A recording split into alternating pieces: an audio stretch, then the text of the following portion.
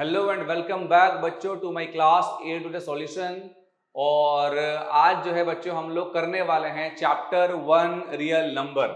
तो बहुत दिनों से इस चैप्टर का मैं वेट कर रहा था और कहीं ना कहीं आप भी वेट कर रहे थे कि सर चैप्टर 1 स्टार्ट कब कराएंगे, राइट। तो कंप्लीट करने के बाद वो चैप्टर जिसके बारे में मुझे डिमांड की गई थी चैप्टर 4, 5 और 7, तो फाइनली आज हम लोग स्टार्ट करेंगे चैप्टर 1। और यहाँ से मैं ट्राई करूंगा कि आपको मैं सारे चैप्टर के ए टू जेड जितने भी एनसीईआरटी क्वेश्चंस है ना वो आपको कंप्लीट कराऊं, ठीक है। और एनसीईआरटी का जब हमारा कंप्लीट हो जाएगा ना सारा सिलेबस, उसके बाद फिर मैं आप लोगों को बोर्ड वाले क्वेश्चन जो है ना वो मैं कराऊंगा 1 बाय 1 करके, ठीक है। तो बने रहना चैनल के अंदर में कि एक भी लेक्चर, एक भी चैप्टर और एक भी टॉपिक आपका मिस ना हो। तो बच्चों चैप्टर 1 रियल नंबर जहां तक मुझे पता है कि आप लोगों ने कर लिया होगा, बट बहुत सारी छोटी छोटी प्रॉब्लम्स आती है इस चैप्टर के अंदर में, है ना। तो उसके बारे में आज हम बात करेंगे डिटेलिंग के साथ में।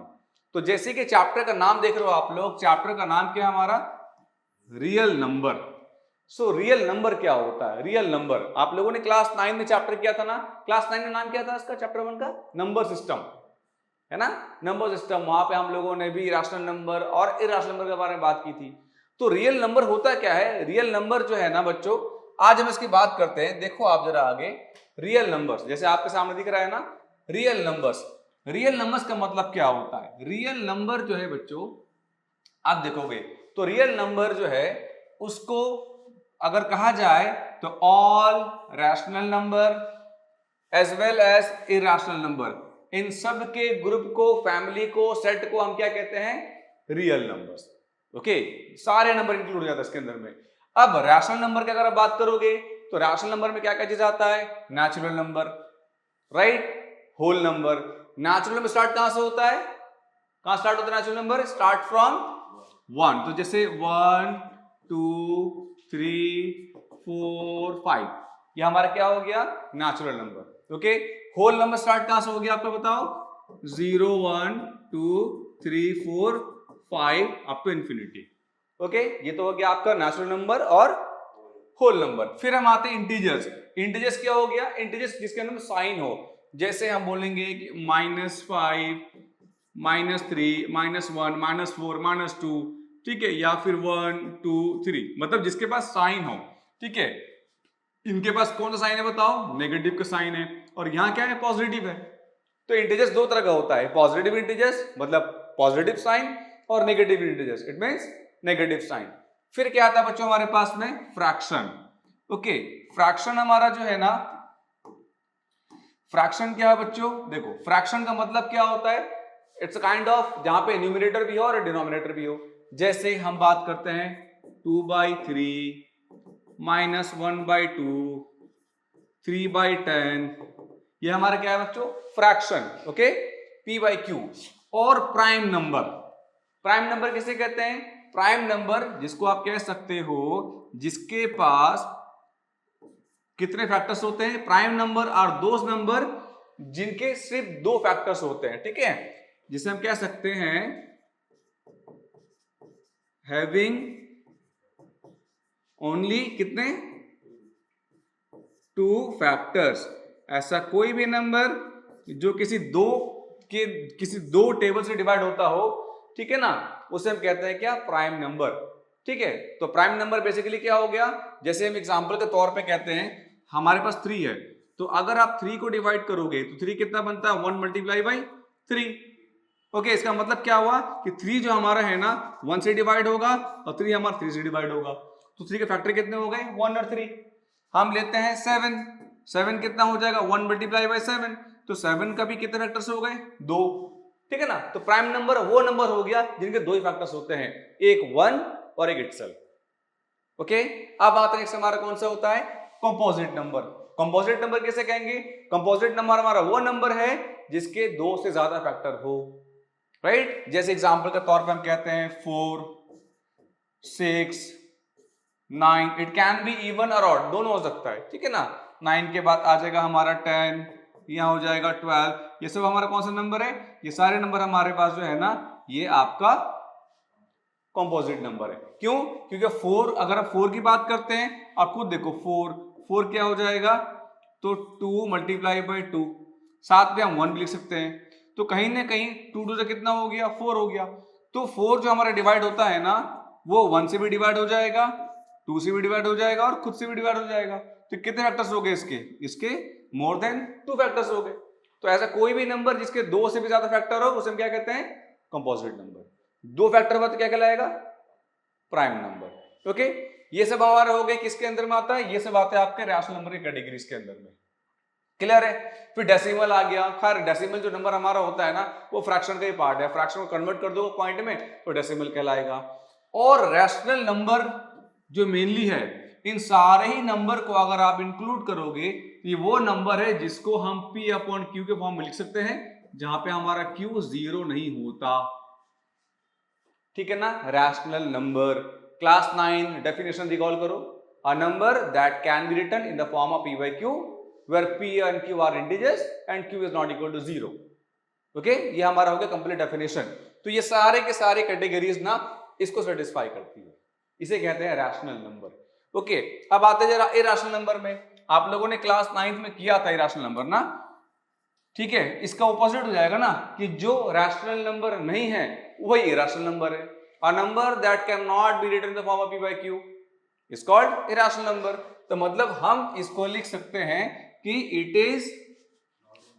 Is not equal to P upon Q। इसका मतलब क्या हुआ, इसका मतलब ये हुआ कि जो रैशनल नंबर नहीं है वही रैशनल नंबर है ना। तो क्या लिखोगे, can't written in the form of P upon Q।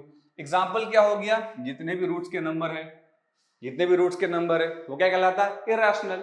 Okay, और अगर हम उसको डेसिमल में लेकर के आते हैं, ठीक है ना, इन सारे ही नंबर का डेसिमल फॉर्म जो बनता है ना, या तो टर्मिनेटिंग होगा या रिपीटिंग होगा।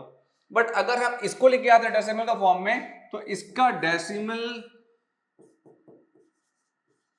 डेसिमल एक्सपेंशन होता है ना, वो क्या निकल के आता है बताओ, it is non terminating, non repeating. अब ये नॉन टर्मिनेटिंग नॉन रिपीटिंग क्या होता है, अगर आप ये पूछ रहे हो इसका मतलब क्या हुआ कि आपने क्लास 9 में ध्यान नहीं दिया। सही है। नॉन टर्मिनेटिंग नॉन रिपीटिंग, ना तो टर्मिनेट हो रहा है ना ही रिपीट हो रहा है। नॉन टर्मिनेट नॉन रिपीटिंग, ठीक है ना। टर्मिनेट हो जाना जैसे कि कंप्लीट डिवाइड हो जाना, आपका जो रिमाइंडर है क्या हो जाएगा, 0, उसे कहते हैं टर्मिनेटिंग। आपने किसी फ्रैक्शन को डिवाइड किया and your remainder will be 0, it means वो क्या हो गया, टर्मिनेट हो गया। नॉन रिपीटिंग मतलब क्या हुआ कि आपका जो डिनोमिनेटर, आपका रिमाइंडर है ना, वो 0 तो नहीं हो रहा है, बट ऊपर क्वेश्चन क्या हो रहा है आपका, वो रिपीटिंग एक सीक्वेंस बना रहा है, 0.02 02 02 02 02 02, जैसे कहते हैं non terminating but repeating. Irrational number में क्या होगा, non terminating non repeating. Example लिखा मैंने, आप लोग देखो यहाँ पे 0.02 02 देन 002 देन 0002 देन 00002, ऐसे ही बढ़ता चला जाएगा, ना तो रिपीट हो रहा है सीक्वेंस में और ना टर्मिनेट हो रहा है। तो ये हो गया आपके अबाउट पूरे नंबर्स की फैमिली के बारे में, राइट। तो इन सारे ही नंबर को मिलाते हो तो क्या बनता है बच्चों, रियल नंबर्स। ओके, तो ये हो गया हमारा एक short introduction about this chapter. अब इसके अंदर हम रियल नंबर के अंदर में है, हम क्वेश्चन को सॉल्व कैसे करेंगे, कैसे हम शो करेंगे कौन सा नंबर रैशनल है, इरैशनल है, इसकी प्रॉपर्टीज क्या होती है। तो चलो आगे कंटिन्यू करते हैं। Start from theorem 1.1। Okay, theorem 1.1 को आप पहले समझो क्योंकि इस थ्योरम का आगे एप्लीकेशन भी है। थ्योरम 1.1 के अंदर बच्चों क्या बताया गया है, this theorem is also known as fundamental theorem of arithmetic. Fundamental theorem of arithmetic क्या बताया गया है, चेक करो क्या लिखा है, every composite number can be express, it means factorise as a product of primes, as a product of primes. मतलब आप किसी भी कंपोजिट नंबर को, हर कंपोजिट नंबर को उसके प्राइम नंबर्स के या प्राइम फैक्टर्स के प्रोडक्ट के फॉर्म में एक्सप्रेस कर सकते हो। Okay, every composite number can be express in the form of the product of their prime factors. साथ साथ क्या लिखा है इसके अंदर में, साथ साथ ये लिखा है कि and this factorisation is unique. Factorisation unique रहेगा उसका, मतलब किसी भी कंपोजिट नंबर के अंदर जो प्राइम नंबर्स आएंगे ना वो यूनिक रहेगा, लेकिन उसका ऑर्डर जो हो चेंज हो सकता है। तो क्या लिखा है, apart from the order which prime factors occur. जैसे कहने का मतलब हम एक कंपोजिट नंबर लेते हैं, मैंने भी आप लोगों को क्या बताया था, composite number having more than 2 factors. एक एग्जांपल लेते हैं हम कंपोजिट नंबर का 10। अगर आप 10 का फैक्टराइज करते हो तो 10 इज इक्वल टू क्या बन जाएगा 2 मल्टीप्लाई बाई 5। अब आप खुद बताओ कि 10 हमारा कौन सा नंबर है कंपोजिट, 2 हमारा कौन सा नंबर है, 2 क्या है हमारा प्राइम है, ठीक है, it's a smallest even prime number है, ठीक है ना।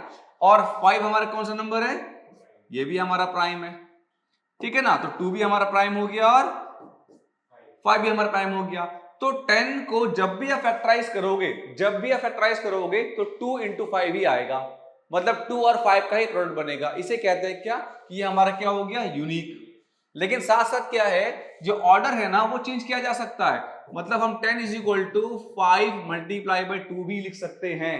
कोई फर्क पड़ेगा? नहीं पड़ेगा ना।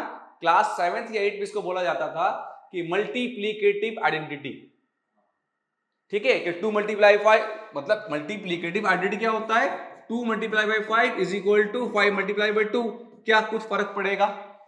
नहीं पड़ेगा ना। It is called multiplicative identity, ठीक है ना, दोनों इक्वल होगा। तो ऑर्डर कैन बी चेंज, लेकिन फैक्टर जो रहेगा हमेशा वो यूनिक ही रहेगा। ये बताया गया थ्योरम 1.1 के अंदर, and this theorem is called fundamental theorem of arithmetic. Clear है? तो 1.1 थ्योरम समझना क्या होता है, किसी भी कंपोजिट नंबर को हम उसके प्राइम फैक्टर के प्रोडक्ट के फॉर्म में एक्सप्रेस कर सकते हैं। यहां पे जो हमारा फैक्टराइज होगा वो यूनिक रहेगा, but order can be change.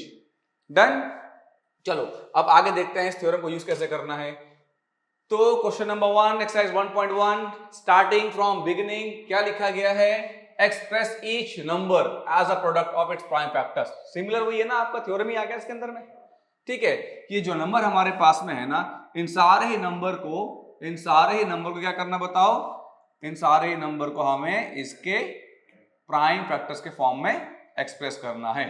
Okay, जैसे मान के चलो हम एग्जांपल लेते हैं पहला 140। अब एक बात ध्यान रखना, जब आप फैक्टराइज करते हो, जब प्राइम फैक्टर्स निकालते हो, तो वर्ड हम क्या यूज कर रहे हैं यहाँ पे प्राइम। तो जब फैक्टर लेंगे ना हमेशा वो प्राइम नंबर लेके चलना। जब भी किसी नंबर को फैक्टराइज कर, लेट से मान लो हमारे पास 140 है, जब आप 140 को प्राइम फैक्टराइज करोगे तो किससे करोगे, तो प्राइम नंबर से करोगे। अब प्राइम नंबर क्या क्या हमारे पास में 2 3 5 7 11, ऐसे करके करना। पहले 2 से ट्राई करोगे, नहीं हुआ 3 से करोगे, नहीं हुआ 5 से करोगे, नहीं हुआ 7 से करोगे। अच्छा, अब कैसे पता चलेगा कि कौन सा नंबर 2 से डिविजिबल है? सिंपल सी बात है, जिस नंबर का यूनिट डिजिट, ठीक है ना, अगर 0 आ रहा है, मतलब अगर वो डिविजिबल लग रहा है आपको 2 से, आप उसको मतलब इवन नंबर है बेसिकली, है ना, एंड का नंबर अगर इवन नंबर है ना तो आप उसको 2 से डिवाइड कर सकते हो, ठीक है, 0 हो या इवन नंबर हो।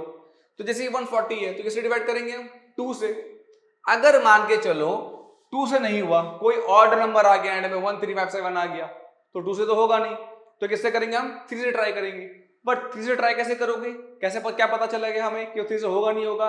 उसका ट्रिक क्या होता है कि जो भी नंबर है अगर सम ऑफ डिजिट, ध्यान रखना मैं आपको आज एक बेसिक चीज बताऊंगा, सम ऑफ डिजिट, अगर नंबर के अंदर जो भी डिजिट्स है, अगर sum of digits is divisible by 3, ठीक है ना, तो उससे क्या होगा, उससे ये होगा कि आपका जो नंबर है ना, that number will also divisible by 3, ठीक है। तो अगर कोई बड़ा नंबर आ गया, बड़ा नंबर का एंड का नंबर आपका ऑड में आ रहा है, इसका मतलब वो 2 से डिवाइड नहीं होगा, ठीक है ना। तो उस केस में क्या करेंगे, हम पूरे नंबर का सम निकालेंगे। अगर सम 3 से डिविजिबल है तो वो नंबर भी 3 से डिविजिबल होगा। क्लियर है? ओके, तो अभी फिलहाल हम लोग क्या करेंगे, क्वेश्चन नंबर 1 क्या लिखा, देखो आप लोग क्या लिखा क्वेश्चन नंबर 1 में, हमारे पास गिवन नंबर क्या है 140, यूनिट डिजिट क्या है 0, कहीं ना कहीं इवन नंबर है तो 2 से डिविजिबल होगा। तो आई विल ट्राई फ्रॉम 2, तो 2 से कितने पे गया बताओ 70, 2 से कितने पे जाएगा बताओ 35, देन अब आगे एंड का 5। अब क्या होगा कि अब ये नंबर में हम प्लस करते हैं, 3 और 5 कितना होता है 8, क्या 8 3 से डिविजिबल है? नहीं है, तो 3 डिवाइड नहीं करेंगे, हम नेक्स्ट पे चलेंगे। तो उसके बाद कौन सा नंबर आ रहा है 5। अब 5 का डिविजिबिलिटी क्राइटेरिया क्या होता है, अगर एंड का डिजिट हमारा 0 हो या 5 हो तो 5 से डिविजिबल होगा। तो 3 पे चेक किया, 3 से नहीं हुआ, देन कम टू 5। अब 5 से करते हैं तो कितना जाएगा, 5 से 7, देन 7 से 7 डिवाइड हो जाएगा हमारा। तो जो हमारा ये 140 है ना, ये जो हमारा 140 है, हम इस 140 को लिखेंगे 2 multiply by 2 multiply by 5 multiply by 7। अब जो नंबर रिपीट हुआ है, जो नंबर रिपीट हुआ है उसको हम क्या करेंगे, 2 का square multiply by 5 multiply by 7। Okay, तो ये हो गया हमारा इसका सॉल्यूशन।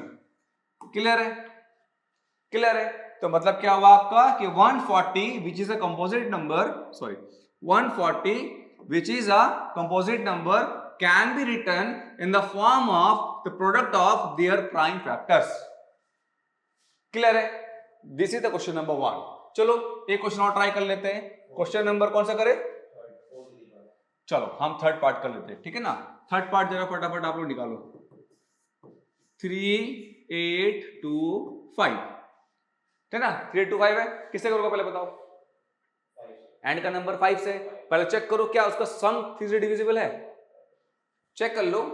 3 और 8 11, 11 और 2 13 5 18 हो रहा है ना, ठीक है ना। तो मतलब सिंपल सी बात है, सम जो हो गया ना डिविजिबल, चेक करो, डिवाइड करो, ठीक है। सो अब क्या करेंगे हम, देखते हैं यहाँ पे 3 8 2 5, है ना। आप चेक करो, मैंने क्या बताया था, starting from least prime number ना, छोटे नंबर से स्टार्ट करो।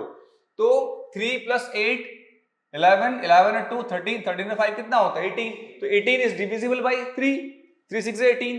तो जब सम डिविजिबल है ना तो नंबर भी डिविजिबल होगा। फिर ट्राई फ्रॉम 3, ठीक है, 3 से करो, 3 1 जा 3, ठीक है, 3 2 जा 6, तो कितना बचेगा 2। तो 2 बच गया ना, 3 7 21, 3 5 जा 15। चेक करना 1 to 7 पे हो रहा है, ठीक है, डिवाइड हो गया। फिर चेक करो 1 2 3 3 7 10 10 5 15 15, अगेन 15 डिविजिबल है हमारा 3 से, दोबारा 3 से करते हैं। 3 से कितना जाएगा, 3 4 जा 12, है ना, 3 1 जा 3 और 3 4 जा 12। उसके बाद कितना हो जाएगा यहाँ पे 3 2 6 और 3 5 जा 15, ठीक है। इसके बाद चेक करो 4 2 6 और 6 5 11। अब 11 डिविजिबल है नहीं है ना, तो किससे करेंगे, 5 से कर लो, क्योंकि एंड का नंबर 5 है। तो 5 8 जा और 5 5 जा। फिर 8 1 13, 13 में डिविजिबल 5 से करते हैं, तो 5 1 जा, उसके बाद कितना जाएगा बताओ 5 7। अब 17 अपने आप एक प्राइम नंबर है, तो कितना हो जाएगा 1। तो कहीं ना कहीं हम क्या लिखेंगे कि 3 8 2 5 is equal to 3 multiply by 3 multiply by 5 multiply by 5 multiply by 17। Check करो आंसर कितना है इसका, फटाफट बताओ मुझे। 3 टू द 4 है, 2, हाँ 3 टू द 2 है मल्टीप्लाई बाई 5 टू द 2 है मल्टीप्लाई बाई, चेक करो सही आंसर है, ठीक है ना। तो मतलब क्या हुआ कि ये हमारा कंपोजिट नंबर था, उसको हमने प्राइम नंबर के फॉर्म में एक्सप्रेस कर दिया, ठीक है। ओके, 3 into 3 5 into 5 17, ठीक है बच्चों, क्लियर हो आप लोगों को ये, ठीक है। तो ये हो गया हमारा क्वेश्चन नंबर 1। आपके रिमेनिंग पार्ट्स, ये पार्ट्स आप खुद उसी क्राइटेरिया से, डिविजिबिलिटी क्राइटेरिया से चेक करना, ठीक है ना। चलो अब क्वेश्चन नंबर 2 में आते हैं हम लोग। क्या लिखा है, find the LCM and HCF of the following pair of integers and verify that LCM multiplied by HCF, LCM multiplied by HCF is equal to product of the given number। ये एक रिलेशन होता है किसी भी दो number के बीच। अगर हम किसी भी दो नंबर का LCM और HCF निकालते हैं, तो LCM और HCF निकालने के बाद उन दोनों का जो प्रोडक्ट होता है ना, वो गिवन नंबर के प्रोडक्ट इक्वल होता है। ये रिलेशन है, आपको वेरीफाई करना और इक्वल ही आना चाहिए। इक्वल नहीं आया तो आप नॉट मत लिख देना, आपका सॉल्यूशन रॉन्ग है, ठीक है। जैसे कि क्वेश्चन नंबर 2 का फर्स्ट पार्ट हमारे पास में है, क्या दिया हुआ है 26 एंड 91। अब 26 और 91 में आप क्या करोगे, हम पहले निकालते हैं इसका फैक्टर्स। क्या निकालेंगे, प्राइम फैक्टर्स। तो 26 का प्राइम फैक्टर कितना आएगा, 2 मल्टीप्लाई बाई 13, 32 से कितना होता है 26। इसके बाद नेक्स्ट क्या हमारे पास 19, कितना आएगा 3 मल्टीप्लाई बाई 7 ना, 13 7 सा होता है ना, तो 7 मल्टीप्लाई बाई 13। तो हमने प्राइम फैक्टर कर दिया इसका। अब जब आप निकालोगे एलसीएम, सॉरी पहले निकालो एचसीएफ, पहले क्या निकालेंगे अपन लोग, पहले निकालेंगे HCF, कुछ प्रॉब्लम है रुक जाओ, पहले निकालो आप लोग HCF, ठीक है ना। तो HCF का मतलब क्या हुआ, इन दोनों में हमारे पास में जो कॉमन फैक्टर है वो कॉमन फैक्टर क्या है, दोनों में कौन सा नंबर कॉमन आ रहा है 13। तो 13 नंबर क्या बन जाएगा बताओ, क्या बन जाएगा 13 इज HCF। जब LCM निकालोगे तो LCM में क्या होगा बताओ, LCM में सारे नंबर लो डिफरेंट नंबर्स को, और जिस नंबर में ज्यादा रिपीटेशन है ना उसको हम लेते हैं साथ साथ में, जो हाईएस्ट फ्रीक्वेंसी होती है फैक्टर्स के अंदर में, ठीक है ना। अब जैसे यहाँ पे देखो 2 तो 1 टाइम ही है तो 2 ले लेंगे हम, 13 दोनों में 1 टाइम ही है तो 1 ही ले लेंगे हम। अगर 13 कहीं पर 2 टाइम 2 टाइम्स आता है ना तो हम 13 को 2 टाइम लेते हैं, ठीक है ना। फिर क्या बच गया हमारा 7, मल्टीप्लाई करो कितना आ रहा है 182। तो एलसीएम भी निकल गया और एचसीएफ भी निकल गया। अब हमें क्या करना है, हमें करना है वेरिफिकेशन।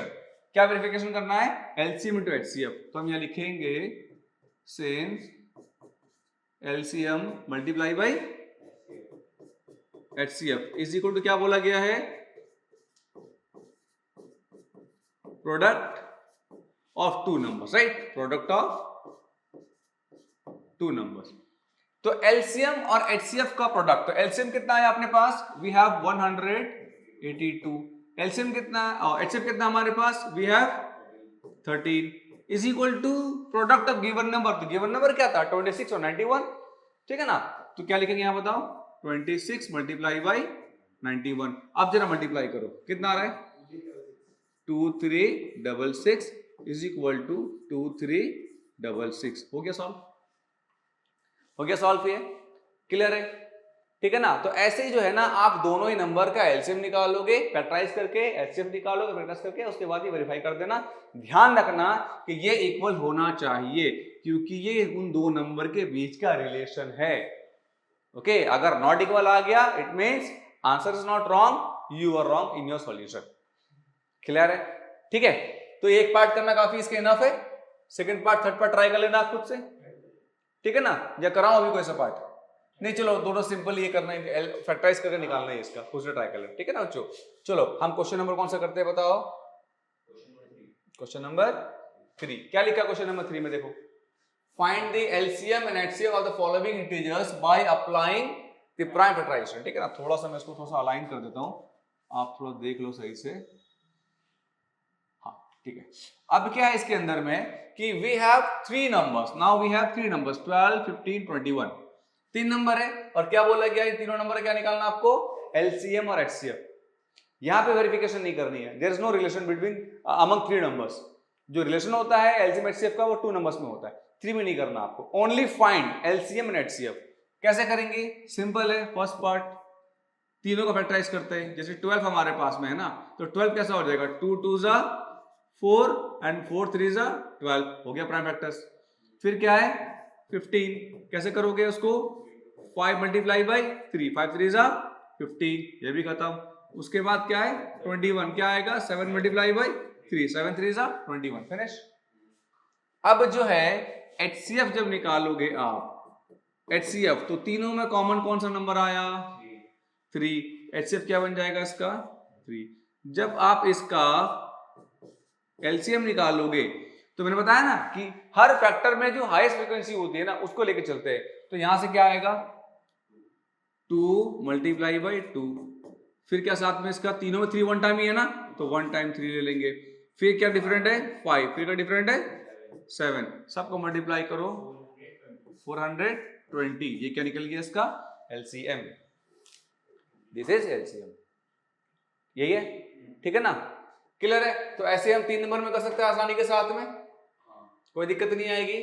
और ये तीनों प्राइम नंबर है, एचसीएफ इसका 1 हो जाएगा, एलसीएम में क्या हो जाएगा इन तीनों का प्रोडक्ट, ठीक है ना, प्राइम नंबर है ना। अब आप खुद बताओ सेकंड पार्ट के अंदर हमारा 17 है तो क्या बनेगा 1 मल्टीप्लाई बाई 17, दो ही फैक्टर होगा, प्राइम है।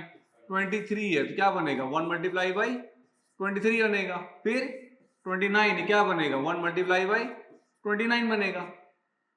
तो इसका एचसीएफ कितना आ जाएगा, एचसीएफ जो होगा तीनों में कुछ भी कॉमन नहीं है तो 1 हो गया, है कि नहीं। और जब एलसीएम निकालोगे तो जितने भी डिफरेंट नंबर है, मतलब कि 17 मल्टीप्लाई 23 मल्टीप्लाई 29, इन सबको मल्टीप्लाई करोगे then you will get LCM of this three numbers. ठीक है ना, होमवर्क में है। ठीक है, सही है, कितना है? ठीक है, 11,1,339 ना। ठीक है, चलो एक ने निकाला आंसर 11,1,339। अब आप उसको चेक करना और बताना सही है गलत है। ठीक है, तो ये हो गया हमारा क्वेश्चन नंबर 3। चलते हैं नेक्स्ट क्वेश्चन में, question number 4। Question number 4 question number 2 से रिलेट कर रहा है। यहाँ पे लिखा है कोई दो नंबर है, numbers are given, this numbers are 306 and 657। बोला क्या है कि इन दोनों नंबर का एचसीएफ कितना है? 9। ठीक है ना, तो एलसीएम क्या होगा? अभी हम लोगों ने क्वेश्चन, हाँ एलसीएम क्या होगा तो अब क्या है इसके अंदर में, समझो आप लोग। अभी जैसे मैंने बताया था आप लोगों को, किसी भी दो नंबर का जब हम एलसीएम एचसीएफ निकालते हैं तो LCM multiply by HCF is equal to product of given two numbers. तो अब हम क्या करेंगे, यहाँ पे बहुत तरीके हैं, कोई एक्स लेके चलता है, कोई डायरेक्टली कर देता है, मैं भी डायरेक्टली करूंगा। ठीक है, तो पहली बात तो ये हमारे पास गिवन टर्म्स क्या है, वी हैव एचसीएफ, ओके, और एचसीएफ कितना है बताओ? It is 9। ठीक है ना, and we have to find what, we have to find LCM, LCM निकालना है। So as we know that HCF multiply by LCM is equal to product of two numbers। अभी question number 2 हम लोगों ने verify किया था, right. तो अब जो है एचसीएफ कितना अपने पास बताओ?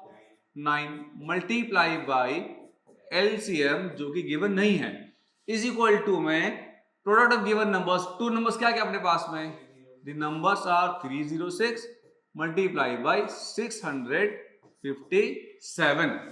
अब आप बताओ जो एलसीएम है, यहाँ पे एलसीएम रहेगा, ये 9 या मल्टीप्लाई में, यहां जाएगा तो डिवाइड में, तो ये बना 657 डिवाइडेड बाई कितना बोलो? 9।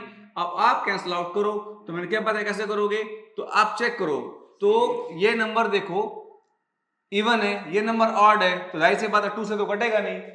अब 3 से ये कट रहा है, अब इन दोनों 3 से कौन सा कटेगा? चेक करो, सम ऑफ डिजिट्स 3 + 6 कितना होता है? 9, and 9 is divisible by 3, so whole number will be divisible by 3, so 3 3s are 9, काटो 3 से 102, अगेन 1 + 2 कितना होता है? 3, मतलब अगेन डिविजिबल बाय 3, so 3 से काट दो उसको, कितने में कटेगा? 3 3s are 9, 1 बचा, 3 4s are 12, कैंसिल आउट हो गया, तो क्या बचा हमारे पास? 34 मल्टीप्लाई बाई 657, मल्टीप्लाई करो कितना आ रहा बताओ, कितना इसका answer?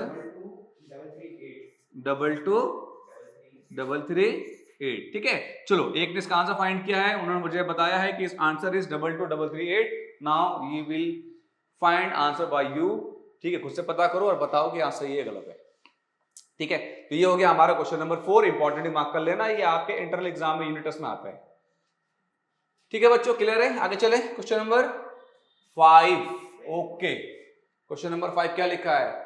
Check whether 6 to the power n can end with the digit 0 for any natural number n। ठीक है, एनी नेचुरल नंबर n, मतलब n को हम क्या लेके चलेंगे? 1 से स्टार्ट लेके, अब 1 के बाद कोई भी नंबर ले लो। अब आपको चेक करना है कि 6 की पावर n, 6 की पावर n में n की जगह में आप कौन सा, या क्या ये पॉसिबिलिटी है कि किसी भी नेचुरल नंबर को अगर हम n की जगह पुट करते हैं तो जाहिर सी बात है 6 का पावर बन जाएगा। अब जब आप उस पावर को ओपन करोगे और ओपन करने के बाद में जो आंसर निकल के आएगा उसका यूनिट डिजिट 0 हो, it will end with the digit 0। अब ये हमको चेक करना है, तो इसको हम क्या करते हैं, हम 1 बाय 1 ट्राई करते हैं, हम चेक करते हैं इस चीज को। पहले मैं आपको बताता हूं, समझो इस क्वेश्चन को, बहुत इंपॉर्टेंट क्वेश्चन है ये। ठीक है, कि हम क्या करेंगे, देखो आप पहले हम लेके चलते हैं पहले कि चलो ठीक है, हम 6 की जगह में क्या, 6 to the power 1 कितना बनेगा? 6, 6 की पावर 2 कितना बनेगा? 36, 6 की पावर 3 कितना बनेगा?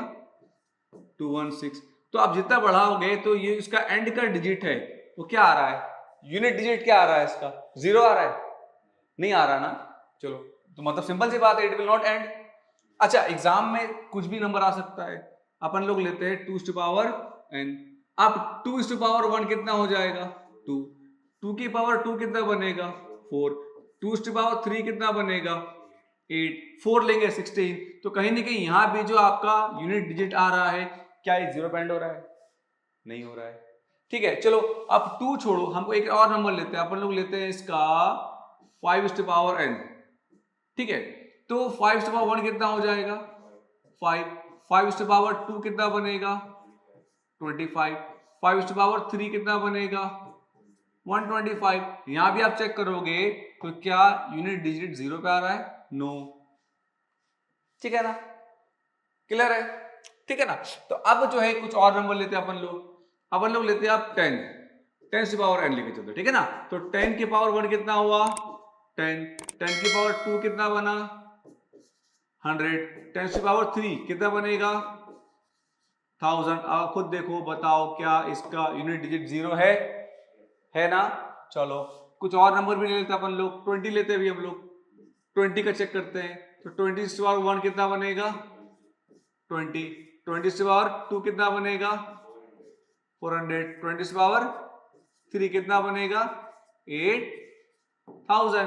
तो यहां पर भी आप चेक करोगे एंड का डिजिट क्या है इसका जीरो है। लास्ट नंबर चेक कर लेते हैं 30। ठीक है, 30 इज टू पावर 1 कितना हो रहा है 30, 30 इज टू पावर 2 कितना बनेगा 900, 30 इज टू पावर 3 कितना बनेगा 27,000 and it is also ending with the digit zero. तो ऐसा क्या रीजन है जिसके वजह से इन सब नंबर के एंड का डिजिट जीरो नहीं आया बट इसमें आ गया। बच्चे कहेंगे सर इसको तो एंड में पहले से जीरो रखा हुआ था, ठीक है, बट रीजन मैं बता दो प्रॉपर क्या है इसका कि अगर आप 6 को फैक्टराइज करते हो तो 6 क्या बनता है 2 मल्टीप्लाई बाई 3। अगर आप 2 को फैक्टराइज करोगे क्या बनेगा 1 मल्टीप्लाई बाई 2। अगर आप 5 फैक्टराइज करोगे क्या बनेगा 1 मल्टीप्लाई बाई 5। अगर आप 10 को करोगे तो क्या बनेगा 2 इंटू 5। अगर आप 20 करोगे तो क्या बनेगा 2 2 जा 4, 4 इंटू 520। और अगर हम 30 को करेंगे तो क्या बनेगा 2 2 3 जा 6 एंड 6 5 जा 30। तो एक चीज कॉमन क्या है जहां पे जीरो आ रहा है वो कॉमन उनके फैक्टर से निकाला जाता है। कोई भी नंबर इस फॉर्म पे अगर जीरो पॉइंट कब होगा उसका जो रीजन है ना वो उनके फैक्टर्स में हिडन है। क्या कि जिस नंबर के प्राइम फैक्टर्स के अंदर 2 और 5 दोनों आया है, 2 और 5 दोनों आया है, it will end with the digit zero. आप चेक करो 6 के पास 2 तो है बट क्या 5 है 5 नहीं है। 2 के पास 2 तो है क्या 5 है 5 नहीं है। 5 के पास 5 है क्या 2 है नहीं है। तो 2 और 5 दोनों होना चाहिए उसके प्राइम फैक्टर्स में, यूनिकनेस होता है, ठीक है ना, तब जाकर के it will end with the digit zero otherwise no. तो आप यहां पे एक्सप्लेन कैसे करोगे, आप यहां लिखोगे कि मैं आपको एक रीजन स्टेटमेंट के फॉर्म में लिख देता हूं कि for ending with digit zero, ठीक है, a number should contain क्या क्या बताओ should contain 2, okay, 2 और 5, should contain 2 and 5 in its prime factors. ये हो गया इसका रीजन, ठीक है ना।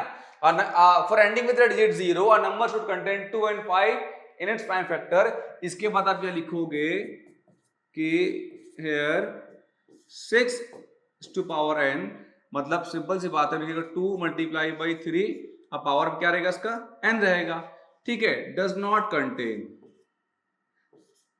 डज नॉट, अब क्या मिसिंग इसके पास बताओ 2 और 3 मिसिंग क्या है तो 5 मिसिंग है। Does not contain 5 age factor, उसके पास 5 नहीं है। तो एंड में क्या लिखोगे so 6 to the power n can not and with digit what? 0। ठीक है बच्चों, तो ये मैंने आपको इसलिए एग्जांपल दिया कि एग्जाम में जरूरी है कि 6 टू द पावर n आएगा, हो सकता है कि 2 टू द पावर n आ जाए, 5 टू द पावर n आ जाए, 3 क्या आ जाए, 50 टू द पावर n आ जाए। तो आप उसको यही रीजन डालोगे कि कोई भी नंबर 0 पे कब ऐड होगा, जब उसके फैक्टर के अंदर में 2 और 5 दोनों फैक्टर के फॉर्म में हो। ठीक है ना, अगर 2 है तो 5 मिसिंग होगा, 5 है तो 2 मिसिंग होगा, तो it will not and. Clear है, समझ में आया? तो अब आपके पास में क्वेश्चन बचा है 5 आए, 2 आए या 6 आए, you can do in this way. ठीक है बच्चों, क्लियर है? आगे बढ़े। ओके चलो, तो question number 6, explain why 7 into 11 into 13 plus 13 और 7 6 5 4 3 2 1 plus 5 are composite number. Composite number क्या होता है आपको डिटेल बताया स्टार्टिंग के टाइम पे। Composite number are those number which have more than 2 factors. ठीक है, कंपोजिट नंबर वो नंबर होता है जिसके पास 2 से ज्यादा फैक्टर हो। कंपोजिट नंबर वो नंबर होता है जिसके पास 2 से ज्यादा फैक्टर हो। ठीक है, चलो तो अब क्या है हमारे पास में, अब हम देखते हैं यहाँ पे हमारे पास नंबर कौन से गिवन है। 7 multiply by 11 multiply by 13 plus 13। अब मैं मान के चलता हूँ, चलो ठीक है, इन सबको मल्टीप्लाई करते हो ना, तो हमारे पास कोई नंबर आता है, हमने नंबर को लेट कर लिया a। क्या लेट कर लिया? a। कि इन सब को मल्टीप्लाई करने पर a आ रहा है, या फिर a is equal to this number. ठीक है, तो अब जो है इस नंबर में से कौन सा नंबर रिपीट कर रहा है बताओ? इस सारे टर्म में रिपीट कौन किया? 13। तो 13 को रख के अंदर क्या आ जाएगा बताओ? 7 मल्टीप्लाई बाई 11 मल्टीप्लाई बाई, हमने 13 को बाहर ले लिया है इसलिए अंदर में 1 आ जाएगा, प्लस 13 बाहर आ चुका है तो यहां पर 1 आ जाएगा, इज इक्वल टू क्या बन गया हमारा a। a is any number जिसके सारे फैक्टर्स हैं। तो अब जो है हमारा 13 ब्रैकेट इन तीनों को मल्टीप्लाई करोगे तो कितना आएगा? 77। तो 77 प्लस क्या आ रहा है? 1। तो अब क्या बना? इज इक्वल टू क्या आ रहा है हमारा? a। तो 13 multiply by 77 plus 1 become 78 is equal to a। तो अब आप क्या देखा आप लोगों ने यहाँ पे कि a हमारा कोई नंबर है जिसके पास ये तो फैक्टर है। अब एक काम करते हैं ना, अब 78 हमारा क्या ऑलरेडी कंपोजिट नंबर है, इसके एंड में नंबर क्या आ रहा है? 8 आ रहा है, ये फर्दर डिवाइड हो सकता है। फर्दर अगर हम 78 को करना चाहते हैं तो और डिवाइड हो सकता है ये। ठीक है, खैर अब मैं कहता हूं ना भी लेते इसको हम, तो अब मैं कहता हूं आपको कि a is equal to 13 multiply by 78।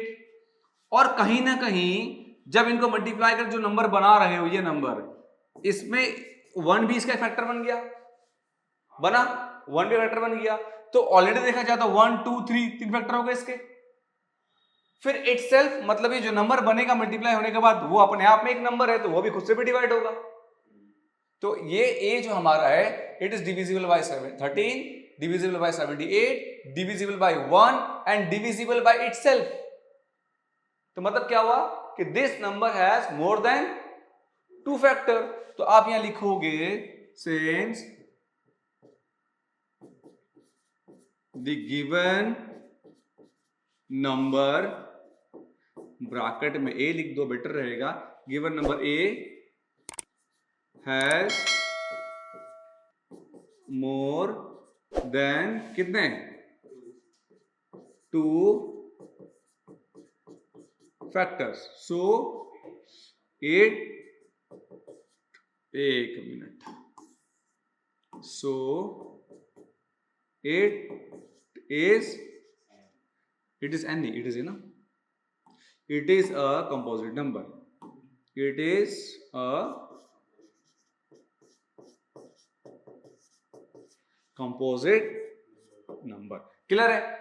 समझ में आया? सिमिलरली आप इसको ट्राई कर लेना, जो नंबर कॉमन है बाहर निकाल दो, सबको मल्टीप्लाई करो, 2 नंबर में लेके आ जाओ। तो जब 2 नंबर आ जाएगा, जैसे यहाँ पे 2 नंबर आया था हमारे पास में, फिर हमने 1 भी लगा दिया साथ में, तो 3 नंबर हो गए, तो 3 फैक्टर हो गए, तो हो गए कंपोजिट। ठीक है, क्लियर है? कर सकते हैं इसको। चलो 6 हो गया हमारे पास। 7 क्या है? 7 number, there is a circular path around a sport field. Sonia take 18 minutes to drive the round field while Ravi take 12 minutes. The same. Suppose they both start at the same. तो क्या लिखा? Condition क्या? Suppose they both start at the same point and the same time and go in the same direction, but speed क्या है उसका different, speed क्या है उसका डिफरेंट। तो अब ये लिखा है कि कितने टाइम के बाद दोनों एक पॉइंट पे जाके मिलेंगे। ठीक है, कहने का मतलब क्या हुआ कि एक सर्कुलर फील्ड के अंदर, एक सर्कुलर फील्ड के अंदर, ठीक है, सोनिया ये हमारा एक पॉइंट है, ठीक है ना, यहाँ पे एक पॉइंट है, यहाँ पे हमारा सोनिया भी है और यहाँ पे रवि भी है, ठीक है। दे बोथ स्टार्ट, ठीक है, they both start to run around the circular park. अब सोनिया जो है इस पूरे पार्क को कितने मिनट में, सोनिया टेक 18 मिनट्स, 18 मिनट के अंदर सोनिया जो है ना इसका एक कंप्लीट राउंड लगा लेती है सोनिया। और रवि जो है कितना लगाया बताओ, 12 मिनट्स के अंदर इसको कंप्लीट कर दिया, ठीक है ना। सोनिया टेक 18 मिनट्स और रवि टेक 12 मिनट्स। तो अब ये पूछा जाता है कि अगर वो दोनों सेम पॉइंट पे सेम डायरेक्शन में स्टार्ट करते हैं, ठीक है, सेम पॉइंट से सेम डायरेक्शन में स्टार्ट करते हैं, तो कितने मिनट के बाद दोनों किसी एक पॉइंट पे जाकर के मिलेंगे, ठीक है ना। After how many minutes will they meet again at the starting point, कब जाके मिलेंगे। जाहिर सी बात है, अब इसको क्या निकालोगे आप, 18 मिनट तो मिलेंगे नहीं, कि देखो सोनिया, जब सोनिया 18 मिनट पे कवर कर रही है और रवि 12 मिनट में कवर कर रहा है, तो जब रवि 12 मिनट में यहां से यहां तक पहुंचेगा तो सोनिया कहीं ना कहीं यहां तक होगी, क्योंकि सोनिया को ज्यादा टाइम लग रहा है। फिर जैसे सोनिया पहुंचेगा 18 मिनट में यहां पे, तो रवि इसका आगे निकल जाएगा, है कि नहीं। तो ना तो वो 18 मिनट मीट कर रहे हैं आपस में और ना ही 12 मिनट मीट कर रहे हैं आपस में। क्लियर है इसमें आप। तो अब आपको चेक करना है कि कंप्लीट रिवॉल्यूशन कैसे होगा। अब अगर सोनिया के हम कैसे समझते हैं, सोनिया को लगा 18 मिनट एक कंप्लीट रिवॉल्यूशन, फिर लगा 18 मिनट एक कंप्लीट रिवॉल्यूशन, तो कितना हो गया 36 मिनट। 36 मिनट में सोनिया जो है ना मतलब 18 मिनट में आई घूम के यहाँ पहुंच गई, फिर 18 मिनट में आई घूम के यहाँ पहुंच गई, तो 36 मिनट के अंदर सोनिया 2 बार चक्कर लगा के सेम ये स्टार्टिंग पॉइंट पे आ जाएगी। और रवि को देखो आप, तो रवि क्या कर रहा है बताओ, रवि 12 मिनट में लगाया एक चक्कर, फिर रवि दूसरा चक्कर लगाया 12 मिनट में, फिर लगाया तीसरा चक्कर 12 मिनट में, तो कितना हो गया 36 मिनट। तो कहीं ना कहीं 36 मिनट में रवि क्या कर रहा है बताओ, 3 चक्कर लगा दिया। बहुत सिंपल बता रहा हूं मैं आपको, और छोड़ो एलसीएम एचसीएफ का, पहले ये समझो, ठीक है, कि कहीं ना कहीं सोनिया 18 मिनट में एक चक्कर लगा रही है, फिर 18 मिनट एक और चक्कर लगा लिया, तो 2 चक्कर लगा के सोनिया स्टार्टिंग पॉइंट पे आ चुकी है 36 मिनट में।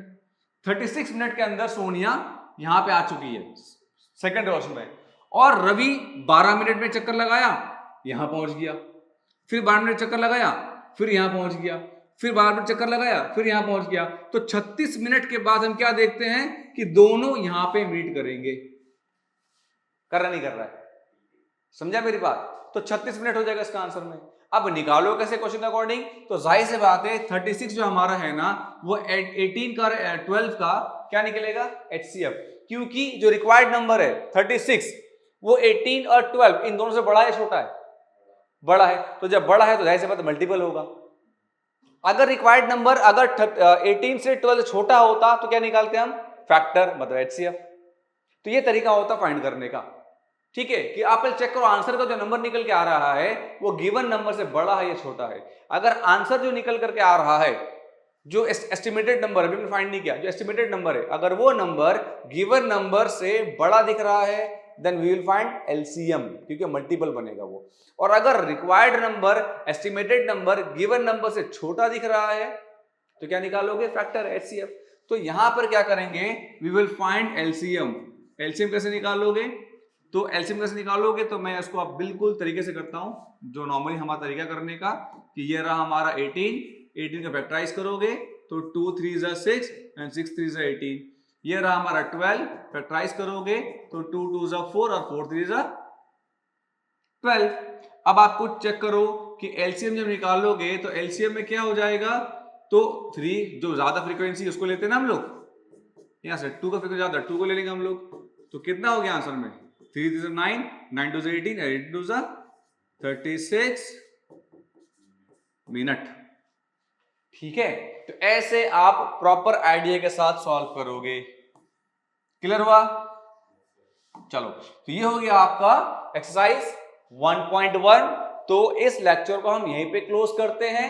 आप इसको बैठ कर प्रैक्टिस करना, और वेरी सून मैं इसके बाद नेक्स्ट लेक्चर बनाऊंगा और नेक्स्ट वीडियो में हम लोग करेंगे 1.2। तब तक के लिए keep on practising. Bye bye, take care.